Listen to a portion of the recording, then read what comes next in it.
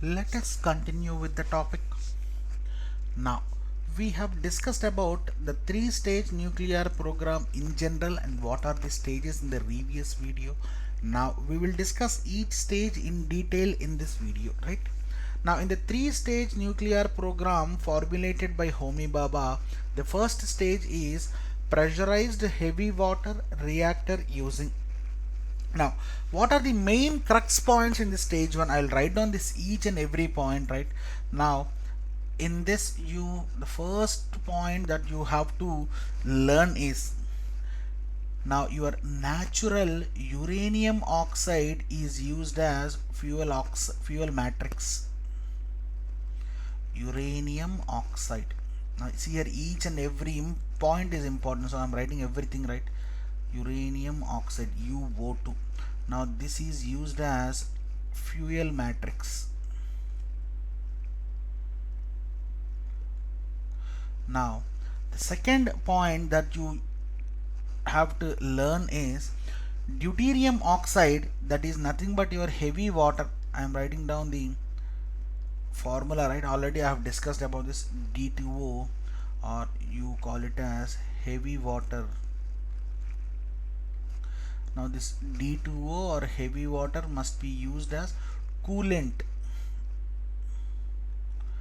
or sometimes you call it as moderator, right? Coolant, and I'll write it as moderator. Now the next point what you have to learn here is, now see here, this natural uranium oxide contains uranium, right? Now see here, in this uranium oxide, UO2, there will be two types of uranium. One is uranium 235, right, and the next one is uranium 238, right? Now see here, these are the two uranium radioactive materials that are available in uranium oxide, right?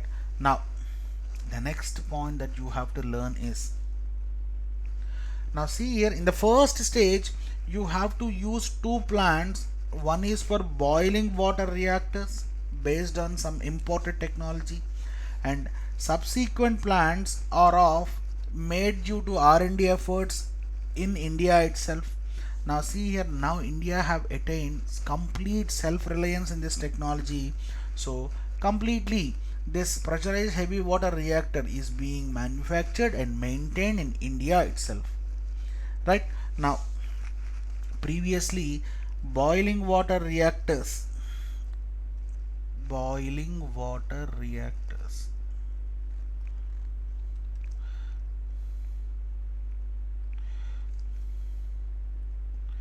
as I said, there are two plants na. In this boiling water reactors is of imported technology,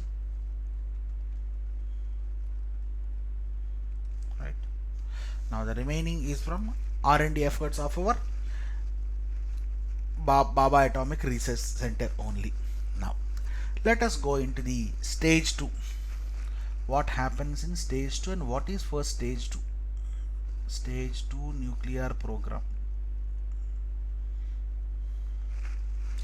is nothing but fast breeder reactor.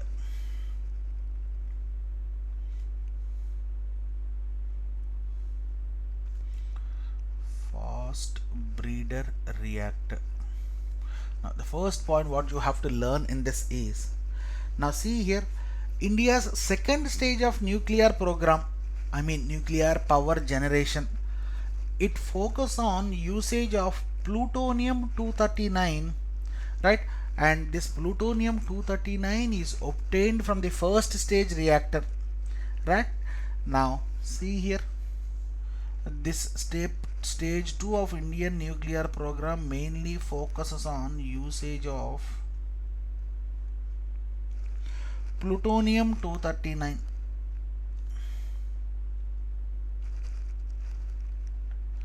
plutonium 239 as the nuclear fuel for nuclear power generation. Now this plutonium 239 is obtained from first stage reactor operation. This is obtained from first stage reactor operation.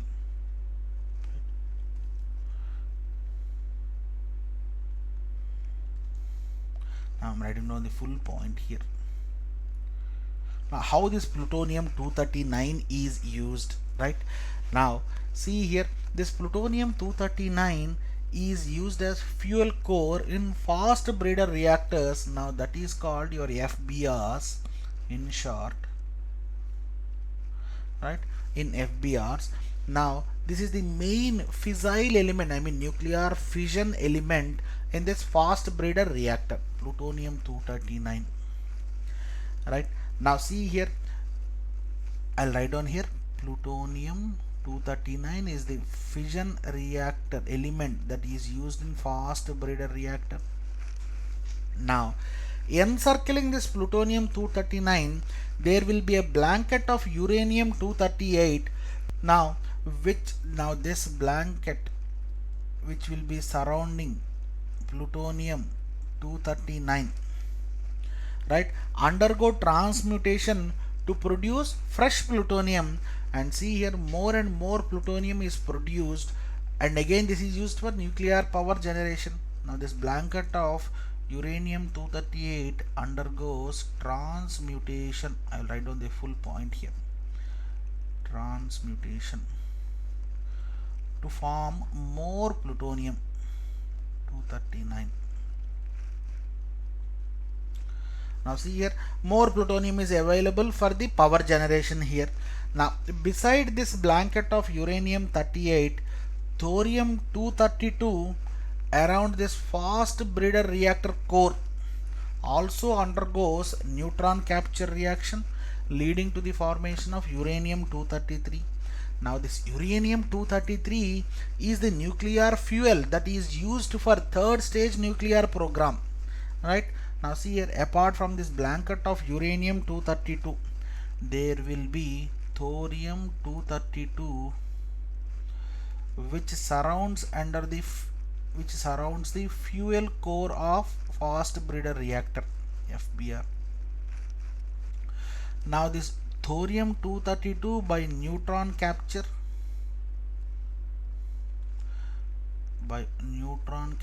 transforms into uranium 233.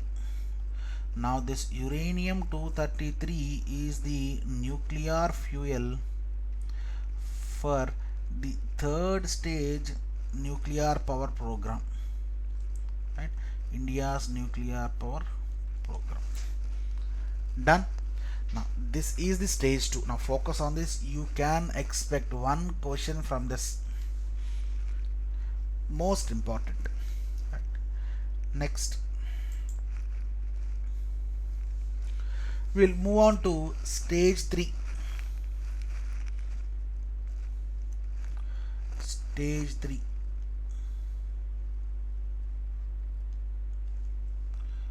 Now what this stage 3 of nuclear program says, now this is nothing but your breeder reactor.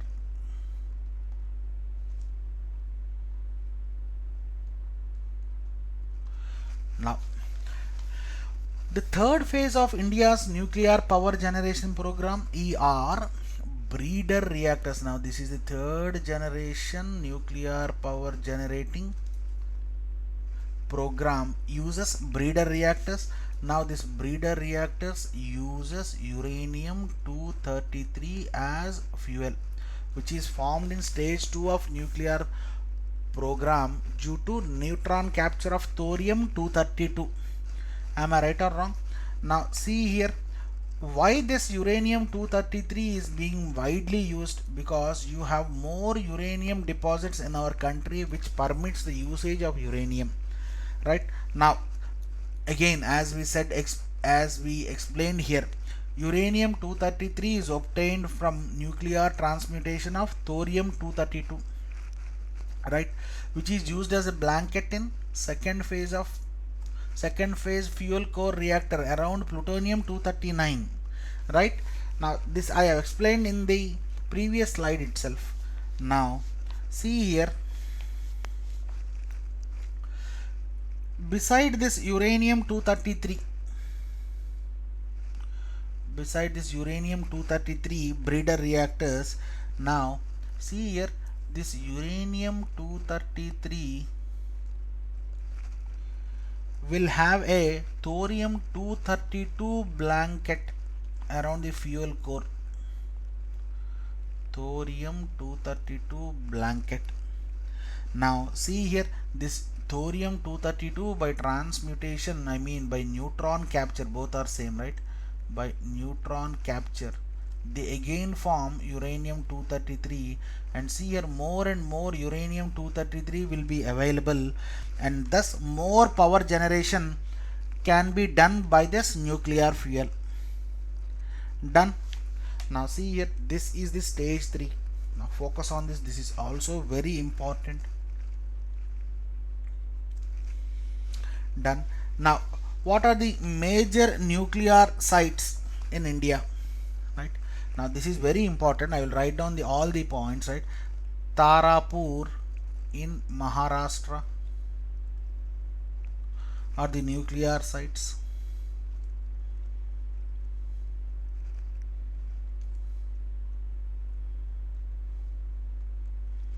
Right, next one, Rawat Bhata. Rawat Bhata in Rajasthan, right? I'll write it as RJ. Kudankulam, Kudankulam in Tamil Nadu, right? And one more nuclear power plant is there, Kalpakam, because see here, monazite sands are very much available in this zone, so that's why government have erupted 2 nuclear power plants in Tamil Nadu, right? And Kaiga in Karnataka, Kaiga in Karnataka, let it as K in Karnataka. Kakrapur in Gujarat.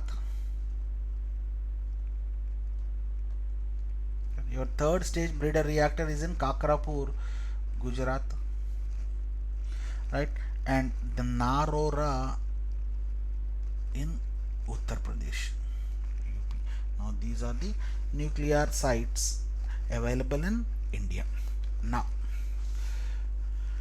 as this nuclear energy is being exploited for the manufacturing of atom bombs and hydrogen bombs, which is very lethal to the world and the environment, the United Nations and also many countries have framed many treaties and bills in order to curb this nuclear production, I mean nuclear energy production, for the exploited usages, right? For the formation of weapons like this. Now it is ambited only for the nuclear power generation for our country needs, for each and every country needs. Now in the next we will discuss about the different laws and liabilities about this nuclear energies, right? Now the first one what we will discuss about is the civil liability for nuclear damage bill 2010, right? Now this is very important. The civil liability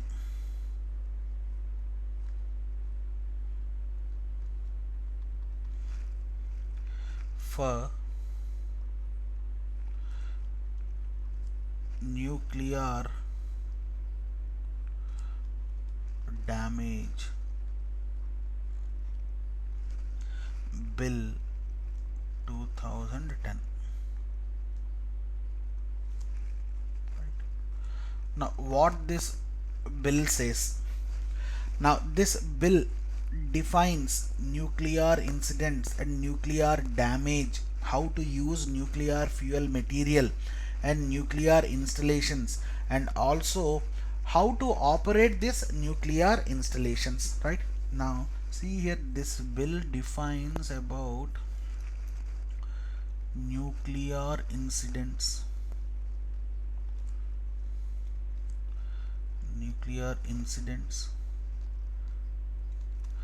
damages, and how to operate this nuclear installations. Right, it lays down who will be the liable for this nuclear damage, and also what is the financial loss for this nuclear damage. Right, now see here, liability and financial loss, they will look upon this due to nuclear damage. Now it creates authorities and will assess the claims and liabilities due to this nuclear damage, the third one. Right, and also it looks upon the compensations due to this nuclear hazards happened, right, to the people and the other countries and the repercussions, all these things. Right, now this is more important as this is framed by Government of India. Right, now let us discuss the remaining missions regarding the remaining powers, right, hydroelectric power, coal generation. Right, now the second one, very important, what we have to discuss is National Electric Mobility Mission. National Electric, these are very important, mobility mission.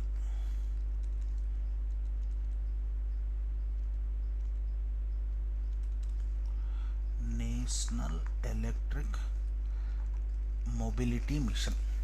Now what is this? Government of India have launched a program called National Electric Mobility Mission, which in short called as NEMMP 2020 in the year 2013. Now what this mission says, it aims to achieve national fuel security by promoting hybrid and electric vehicles. Right, by promoting hybrid and electric vehicles. Hybrid and electric vehicles. I'll write down this point, these are very important for your examination. Right, now see here, for this government have launched a scheme namely called Faster Adaptation and Manufacturing of Hybrid and Electric Vehicles, which is called FAME. Now I'll write it a full form for FAME also. Right, faster adaptation,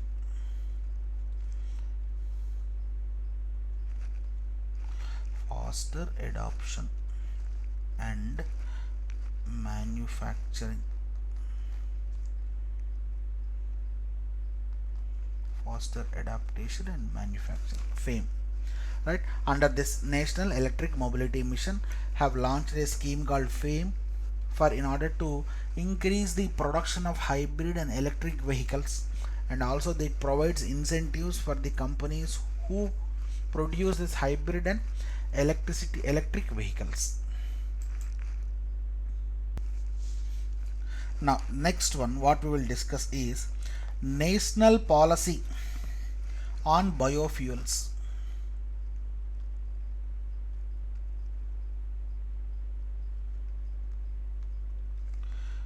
National policy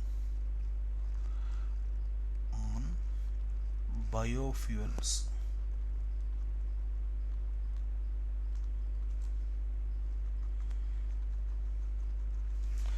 Now what this national policy on biofuel says, now this policy facilitates the organizations for the development and utilization of indigenous biomass feedstocks and production of biofuels.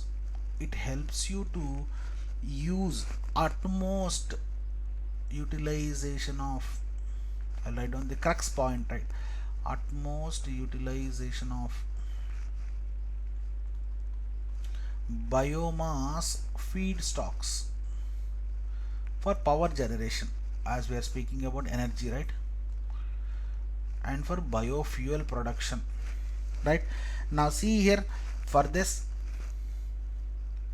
the Ministry of New and Renewable Energy have designated a coordinating ministry called Biodiesel Development and Utilization Program, right? Biodiesel Development, Biofuel Development Program.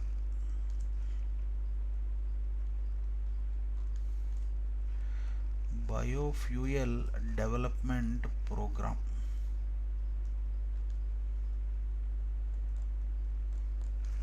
Right now, and see here, by this what happens under this biofuel development program, biodiesel production will be increased by, now see here, this biodiesel is obtained from Jatropha plants. Already we have discussed this. So government Jatropha plants, now government will give you incentives for cultivation of this Jatropha plants, and also see here they will provide you minimum support price MSP for this Jatropha plants in order to encourage the farmers to cultivate this Jatropha plants. And also, according to this national policy on biofuels, an indicative target of 20% of blending of biofuel blending must be done by the year 2017. Right, this is the program. Now the next one what we will discuss is solar renewable purchase obligation. Solar renewable purchase obligation.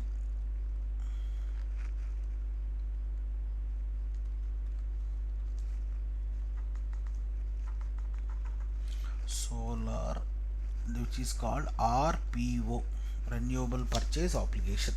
Now what is this solar renewable purchase obligation? Government of India have launched this program in order to encourage the people for the production of solar energy. Now under this encouragement of solar energy production, it introduced a policy called National Tariff Policy, NTP, National Tariff Policy. Right now under this what happens, now see here, government will give you a minimum incentive of 0.25% from 2013 to 3% by 2022, who will be producing this solar energy. Right now the incentive that was given is 0.25% in the year 2012. Now this will be increased to 3% by the year 2022, those who produces the solar energy. Right now, and also see here, under this RPO program, government will create an obligation that some entities has to buy electricity by green sources, which is nothing but your solar power energy, or to buy renewable energy certificates, renewable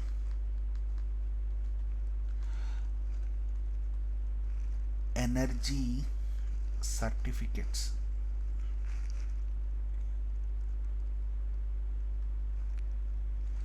from the market. Now where do you buy this renewable energy certificates from the market? From the market means you have to buy this renewable energy certificates by the producers of this green power, right? Solar energy or your wind power.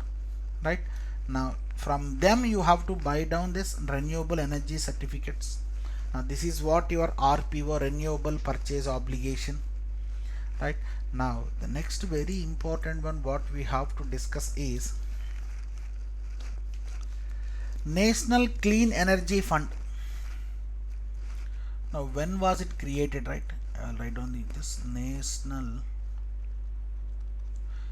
Clean Energy Fund.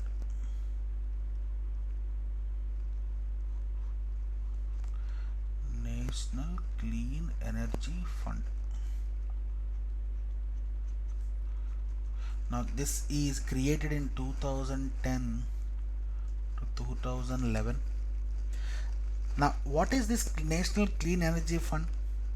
Now see here, according to this, government will impose a cess called tax clean energy cess. Tax called clean energy cess. Clean energy cess, CES.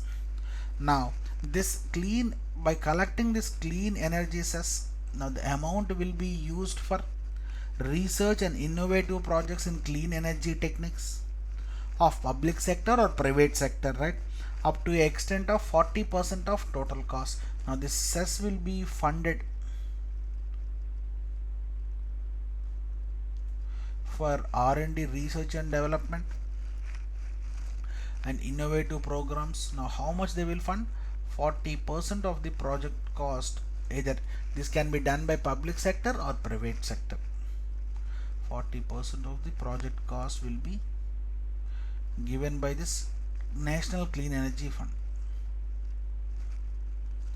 Right, now this is nothing but your financial assistance given to the companies who are focusing on clean energy, green sources of energy, right? Now who will look upon this funding, right? An interministerial group will look upon this fund. Now after coming GST, this cess was removed, right?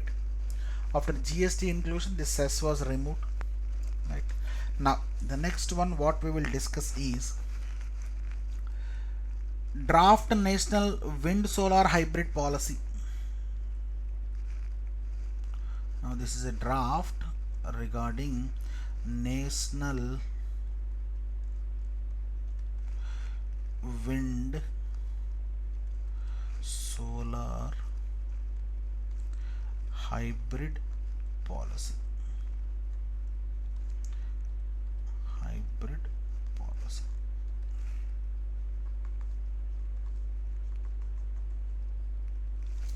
Right, now see here what this policy exactly says you. Now this policy lays down the framework for promoting large grids connecting wind, solar, photovoltaic systems.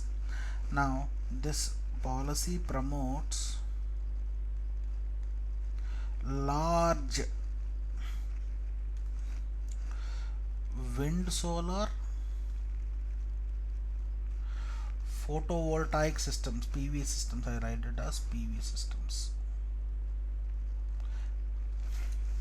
Right, now see here, it aims to hybridization of your existing solar and wind systems, right? Hybridization, it aims to hybridization of solar power systems, right? Now as the main aim is to promote this large wind, solar, PV systems. Now the goal of this policy is to achieve 10 gigawatt electricity generation by 2022,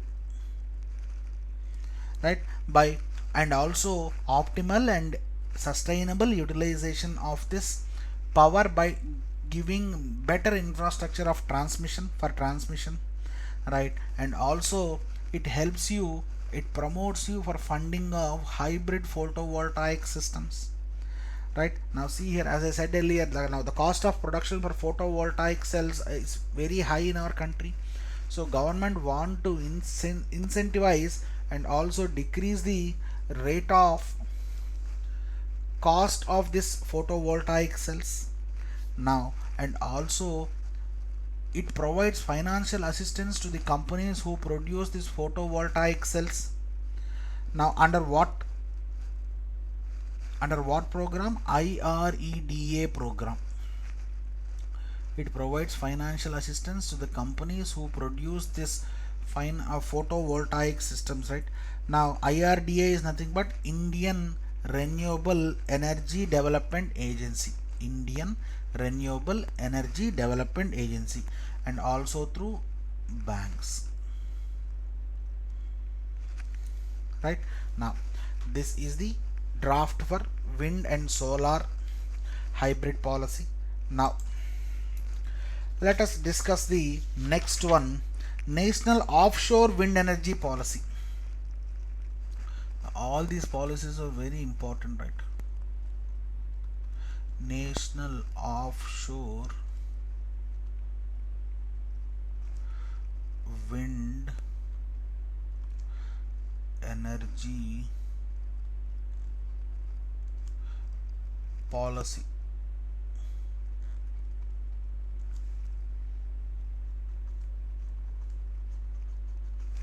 Now what is this national offshore wind energy policy?